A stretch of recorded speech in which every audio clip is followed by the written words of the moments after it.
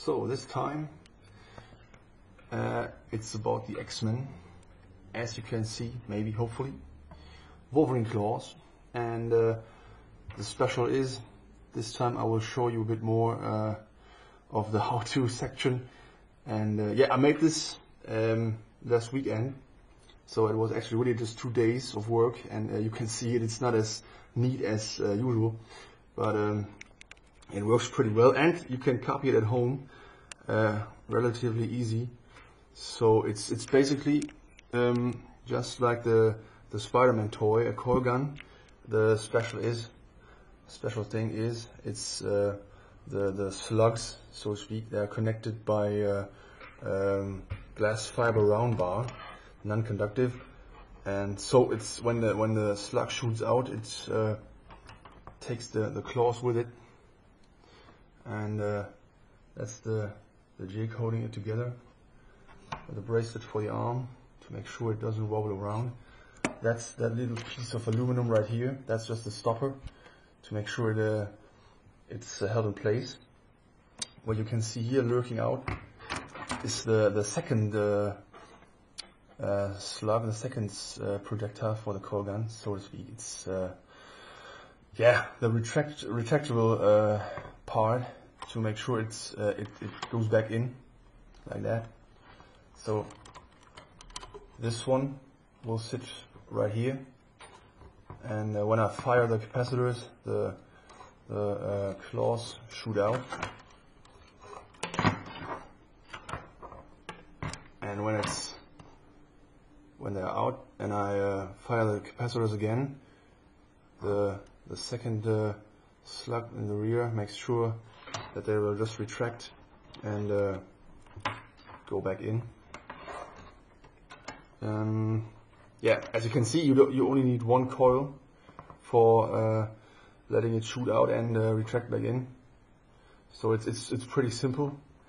I wanted to make sure that you guys can make one yourself, not too complicated.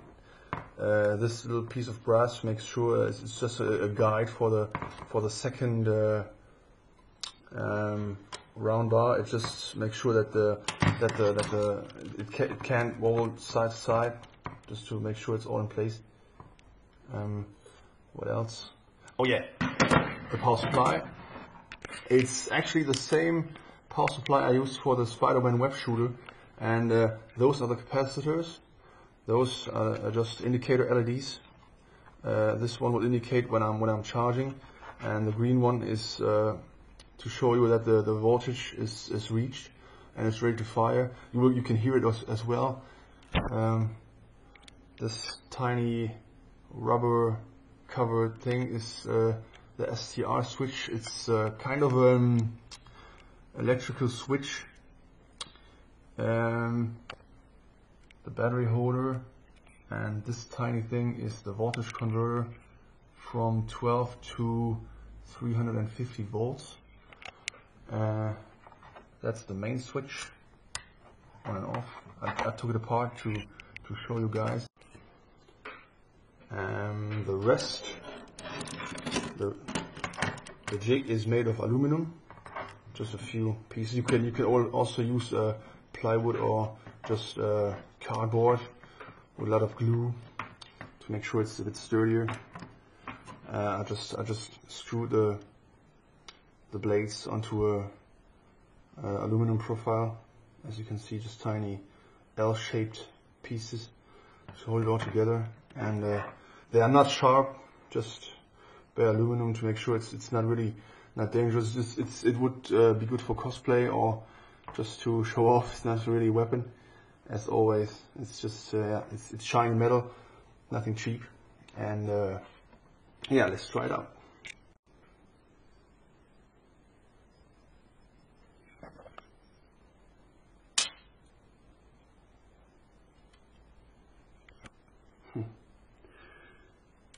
Works out pretty well, I think. Not very pretty, but effective. You can cover it with your sleeve, and maybe make a cover for it, and a cover running all the way down to the root of your hand, and it would actually look pretty neat. and with a sleeve on it, even better. So yeah, and the other way.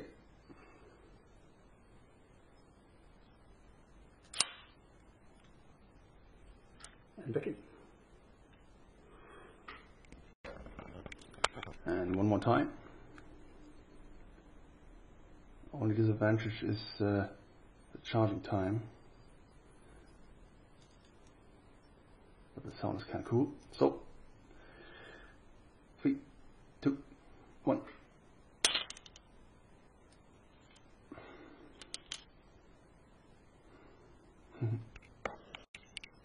I use 4 18650 lithium ion cells in series to get me a bit over 12 volts to power it.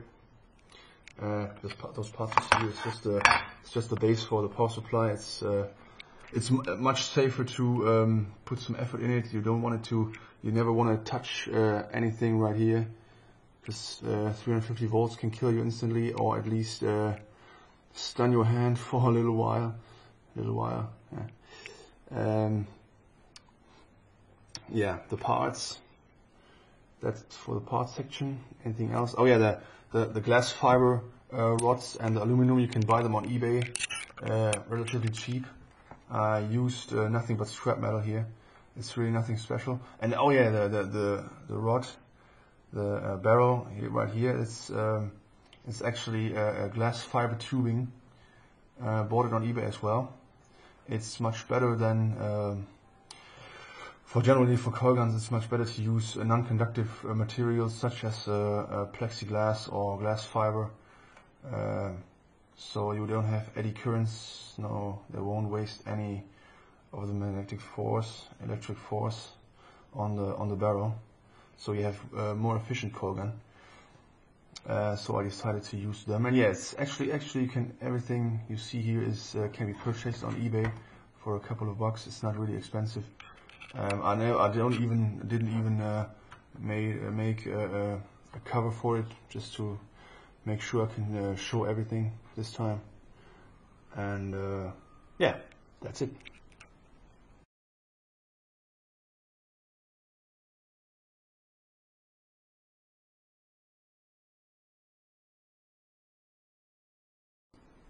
So everything worked pretty well, and I forgot to mention, right under it, beneath the coil, is a lot of foam, just to make sure it's isolated, and because it's again 350 volts, it can kill you. So you don't want the bare wire on your hand. Make sure it's covered with something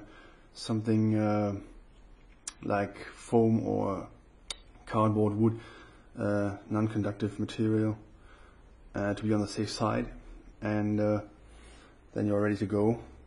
The control panel, so to speak, control panel, is this tiny thing, 2 switches on it, and you can easily hide it in your hand, and maybe make some straps for it to make sure you don't have to hold it, and you can open your hand.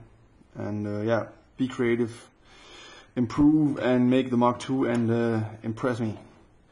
Sub if you like. More to come soon. Thanks for watching.